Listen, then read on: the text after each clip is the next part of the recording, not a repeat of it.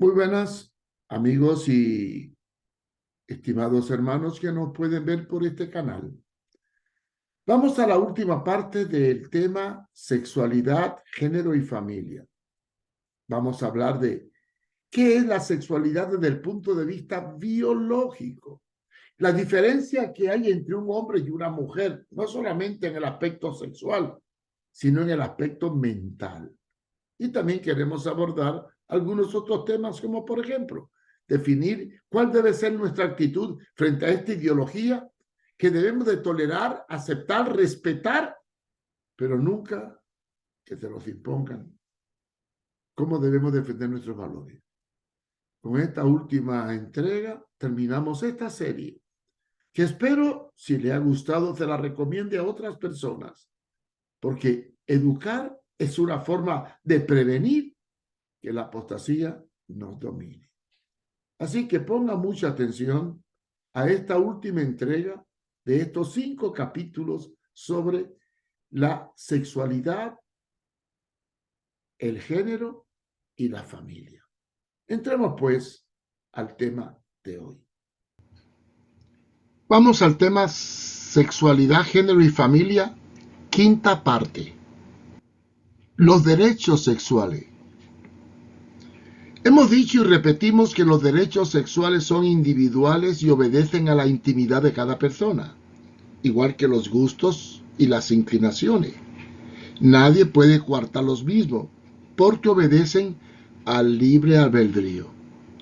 Toda vida sexual, sea matrimonial, heterosexual, transexual, homosexual, lo ejecutamos en la intimidad y no tiene por qué convertirse en un factor externo impuesto por los demás. Cuando una persona tiene una inclinación diferente a la establecida por la naturaleza, puede ejercer su libertad sexual en intimidad con quien sea y nadie tiene derecho a discriminarlo, rechazarlo, señalarlo o perseguirlo, porque al fin y al cabo lo que hace en su intimidad no tiene que expresarse públicamente. La insistencia continua de los movimientos LGBTQ para imponer su ideología, en vez de granjearse el respeto hacia esas inclinaciones, más bien está produciendo un efecto contrario y fóbico no correcto de aquellos que lo rechazan al tratarse de imponer. Es por ello que debemos evitar a toda costa una confrontación o una imposición que reduzca la tensión entre los dos bandos. Porque al sentirse afectados, los que defienden el matrimonio heterosexual van a rechazar a los que comparten esta ideología. Y esto, claro está, nos lleva a actitudes hostiles que pueden dañar la convivencia social. Porque, aunque pensemos diferente y actuemos diferente, debemos respetarnos y mantener cada uno sus principios. Pero bueno, entremos ahora a discutir la ideología del género versus la biología. Hace apenas 20 años, la ideología del género se consideraba un disparate de unos cuantos académicos y lobistas transexuales. Sin embargo, ahora esta ideología es un elemento político que actúa como ideología oficial en varios países y aún en organismos internacionales. E incluso se multa e inhabilita a quienes la critiquen o censuren, como en el caso de las llamadas leyes del privilegio LGBTQ, que rigen en distintos países. Sin embargo, entrando al plano de lo científico, la ideología del género no tiene nada de ciencia. Y sí está repleta de muchas mentiras que dañan a los niños, dañan a las familias, las libertades y la sociedad en pleno. Si analizamos la ideología del género y la enfrentamos a la realidad científica de la biología, descubriremos que no tiene ninguna sostenibilidad científica y no hay argumento técnico ni sólido para sostener el hecho de la sexualidad como que se puede modificar según el gusto del cliente. Y aunque se sometan a un tratamiento con hormonas y se hagan cirugía, injerto y todo tipo de técnica quirúrgica para cambiarse el sexo, el factor genérico nunca puede cambiar. ¿Y por qué? Porque todavía la ciencia no ha podido descubrir el trasplante o la manipulación del genoma humano.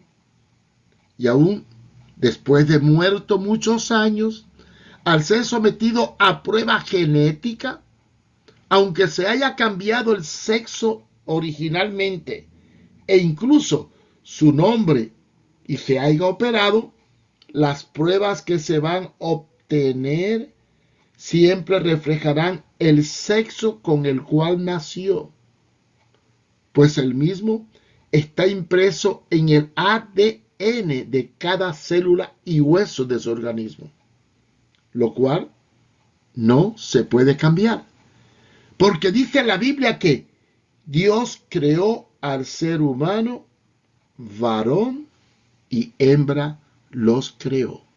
En nuestro genoma humano tenemos todos los elementos biológicos que determinan lo que somos sexualmente, si niño o niña, varón o hembra. Lo mismo ocurre en los mamíferos. El sexo está determinado por los cromosomas sexuales existentes y todos siguen el mismo patrón aún para los humanos. Estos cromosomas se definen como X y Y, de manera que la combinación de estas dos letras o de estos dos elementos determina el sexo que tendremos cuando nacemos. Si una persona nace con los cromosomas XX, indudablemente que es mujer o hembra. Y si tuviese los cromosomas XY, indudablemente que es un varón o macho. Frente a esta realidad científica, surge una gran pregunta. ¿Una persona es homosexual por factores genéticos o psicológicos? En estudios realizados en base a la poligénica, la respuesta es precisa. Ciertamente que no existe un determinante genético denominado el gen gay que cause esta tendencia. Tampoco existe un determinado factor genético que haga que, como dicen algunos, nazcamos homosexuales. Quizás solo existe un caso por 1000 de personas que nacen con doble sexo. O sea, son aquellos que tienen dos órganos genitales al mismo tiempo. Pudiera identificarse este hecho desde el nacimiento. Esta situación se conoce clínicamente como hermafrodismo o intersexualidad y sus causas aún no están bien establecidas, pero tiene solución. Al buscar información sobre las bases científicas del sexo, encontré un informe de una investigación publicada en el año 2016 por The New Atlantis, en un libro intitulado Sexualidad y Género, hallazgos de la ciencia biológica, psicológica y social. En este libro se establece la correlación entre la orientación sexual, la salud mental y la naturaleza y problemática de la identificación del transgénero, lo cual nos lleva a un aspecto científico que determina lo siguiente. Primero, no hay pruebas científicas que den base biológica de que la homosexualidad ni la invariabilidad se puede ejecutar. 2. Tampoco las hay sobre la causa del estrés social por discriminación o estigmatización, sea el origen de que la población homosexual y transgénero tenga un mayor riesgo de tener problemas de salud mental e índice de suicidios. 3. Y por último, este estudio establece y desaconseja los tratamientos transgénero en menores de edad por la evolución en el tiempo de la percepción del niño o adolescente sobre su género. Según indica el estudio, esto crea conflictos en este grupo de trans que los puede llevar a padecer riesgos psicoemocionales, máximo cuando al imponer sus ideas experimentan un rechazo, no producto de discriminación, sino de una actitud de intolerancia hacia la actitud de ellos al tratar de imponer sus conductas como normales y que sean aceptadas por los demás. Sin embargo, para justificar la ideología del género, los movimientos LGTBQ usan argumentos que entran al plano de lo filosófico e hipotético, determinando que eso de nacer hembra o macho son imposiciones médicas que se pueden variar. Eso dicen ellos. Según los deseos de las personas, ya que ellos creen que lo importante dentro de esta ideología es cómo tú te sientes. Si te sientes bien, estás bien. Y no importa lo que digan los demás, aunque al hacerlo rompa las leyes de la lógica biológica. Antiguamente esto se consideraba en la psiquiatría como ideas obsesivas o trastornos de identidad. Pero ahora ya se cataloga como una tendencia valedera que, aunque nace del plano del deseo o inclinación, se debe implantar como una forma de conducta normal. Los defensores de esta corriente afirman que todo es subjetivo y por lo tanto la biología no importa, ya que lo más importante es sentirse bien, aunque ellos, los que siguen la ideología del transgénero, se sienten atrapados en un cuerpo contrario a su sexo.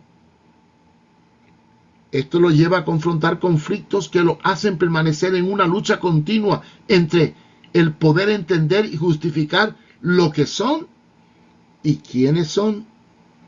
Porque ambas identidades van juntas. Y aunque él quiera hacer lo contrario de lo que su naturaleza ha determinado, va a experimentar una lucha interior que irá acompañada de una presión social que tristemente lo marginará, máxime cuando lo trata de imponer y manifestar. Esto lo va a llevar a desarrollar una actitud mental de lucha contra lo lógico, contra el medio, lo cual estará impregnado en su naturaleza biológica y lo va a conducir tristemente a grandes conflictos de identidad.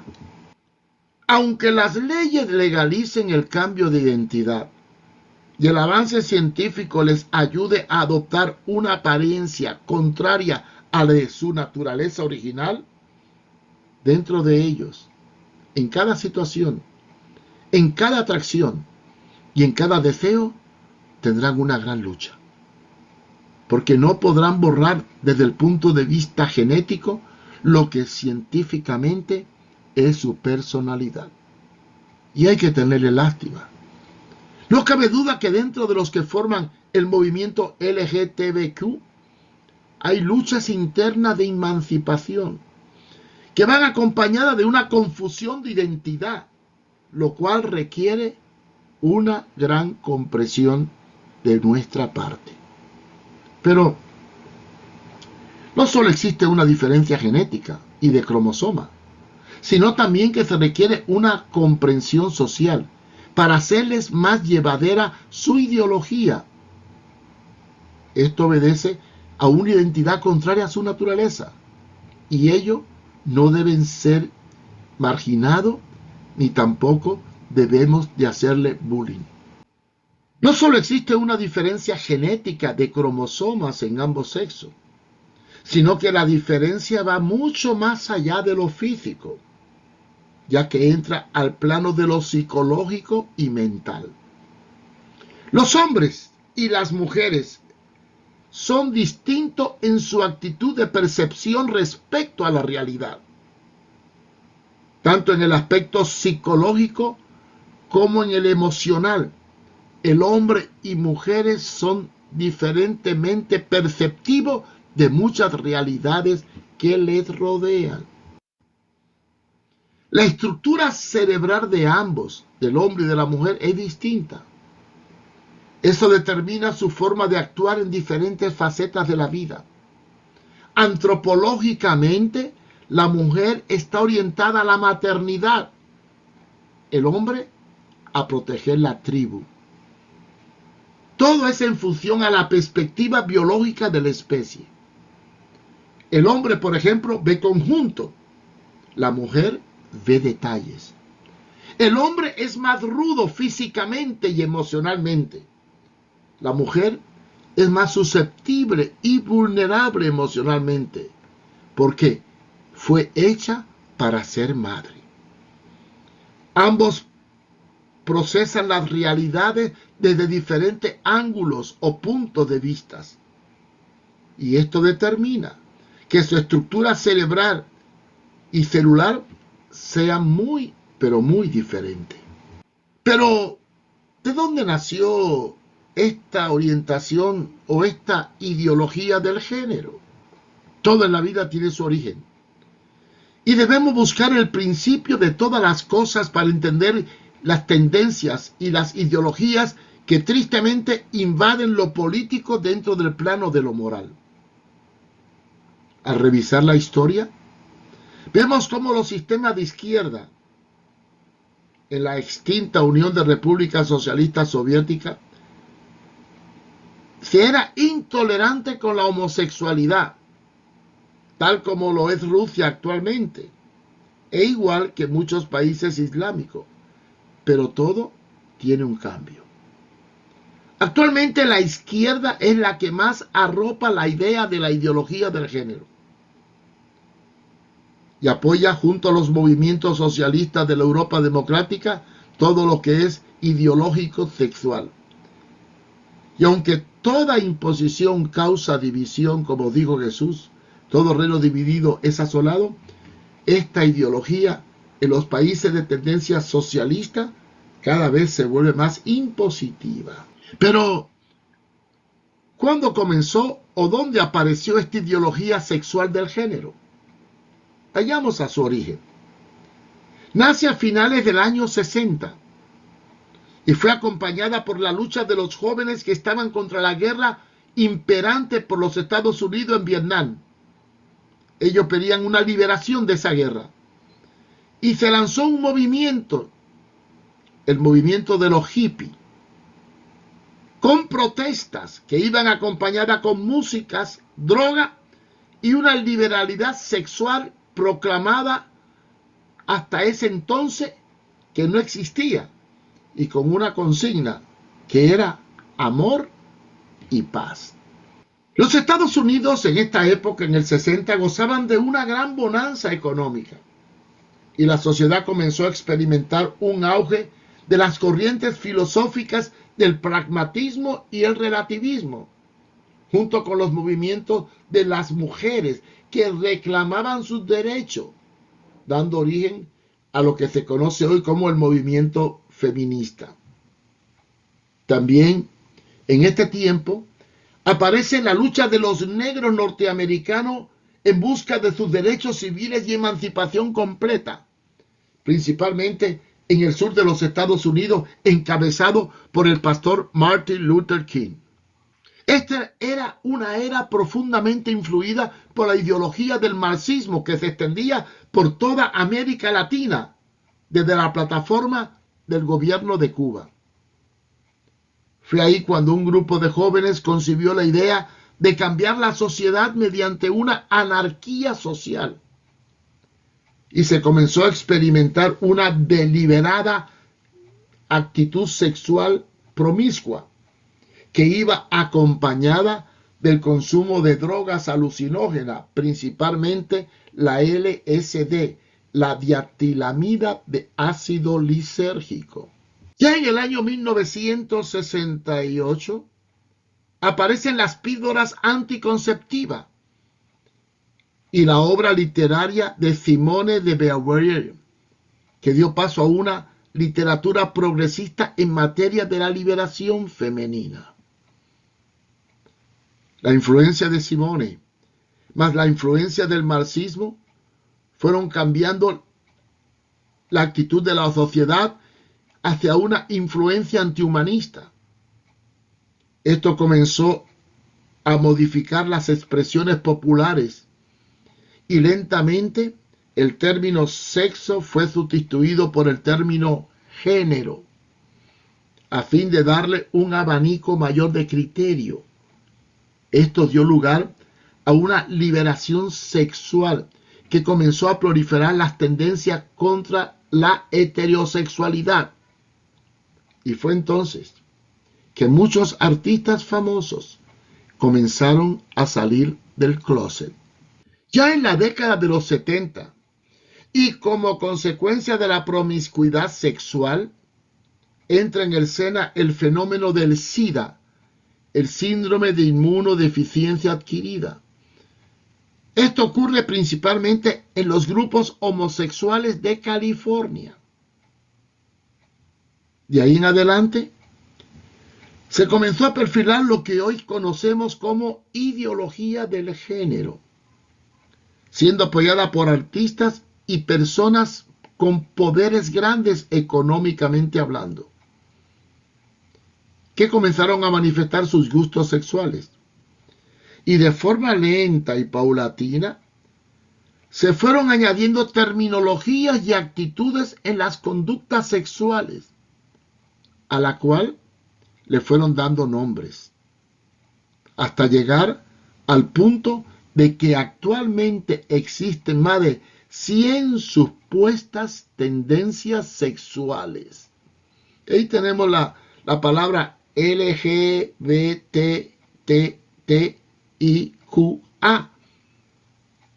Lesbiana, gay, bisexual, transgénero, transsexual, transvesti, intersexual, quinsexual y asexual. Todo esto se conjuga para crear más de 100 y pico de tendencias sexuales registradas. Pero ahí no termina todo. Entre la década del 80 al 90 comienza la lucha ideológica por imponer como cultura lo que se catalogaba atracción o conducta sexual inapropiadas.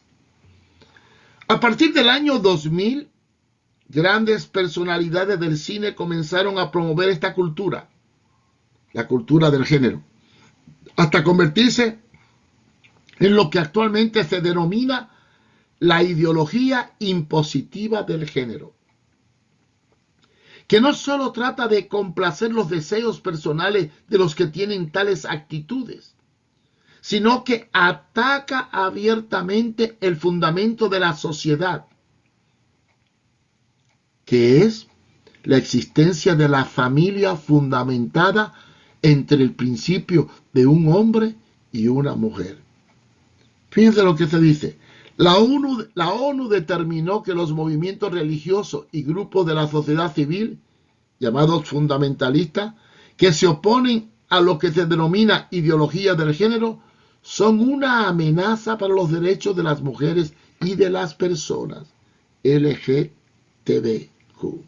Así que, la gran pregunta para terminar esta enseñanza: ¿qué ocurrirá si desaparece la familia clásica? Bueno, indudablemente se perderá la columna vertebral de lo que es una sociedad y aparecerá un proceso de extinción y corrupción que destruirá las bases de nuestra civilización. Y ahí viene lo peor. La iglesia tendrá que enfrentarse y sufrir las consecuencias de un futuro donde se preparará el advenimiento del anticristo, destruyendo los valores bíblicos y clásicos para implantar el nuevo orden moral mundial. Y nosotros tenemos que estar preparados para enfrentar esta realidad que hoy, tristemente, ya está dominando en muchos países. Dios nos ayude a entender esta enseñanza. Ha estado dividida en 5 partes. Espero que la analicen muy bien. No la van a encontrar en YouTube, solamente la pueden hallar en mi página web www.contralapostasía.com, la cual les voy a dar la clave ahora para que lo busquen. O quizás en algunas redes sociales que no sea restrictiva a la libre expresión del pensamiento. Concluyo diciendo: respeto a los transexuales, respeto a los gays, respeto a todo el que no piense como yo. Dios le juzgará. No puedo callar la palabra, ni puedo esconder mis sentimientos en cuanto a mis principios.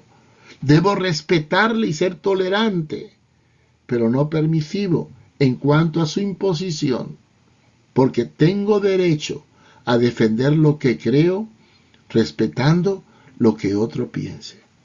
Así que, hermanos, ayudémonos a entender esta realidad, a dejar que existan, pero que no nos impongan sus ideas. Preparémonos para defender a nuestros hijos frente a esta avalancha que se avecina y a la cual será la disolución de los valores de la fe. Y Jesús preguntó: cuando el Hijo del Hombre venga, ¿hallará fe en la tierra? Preparémonos y tome nota, porque el Señor está a las puertas. Acompañado, gracias por su compañía en estas enseñanzas. Puede buscar la misma en la página web www.contralapostasía.com. Y si tiene alguna pregunta o sugerencia o comentario, puede escribirme a marioeduardofumero@gmail.com. Espero que esta enseñanza sea de edificación. La analice y, por favor, compártala con otros hermanos y amigos. Dios le bendiga.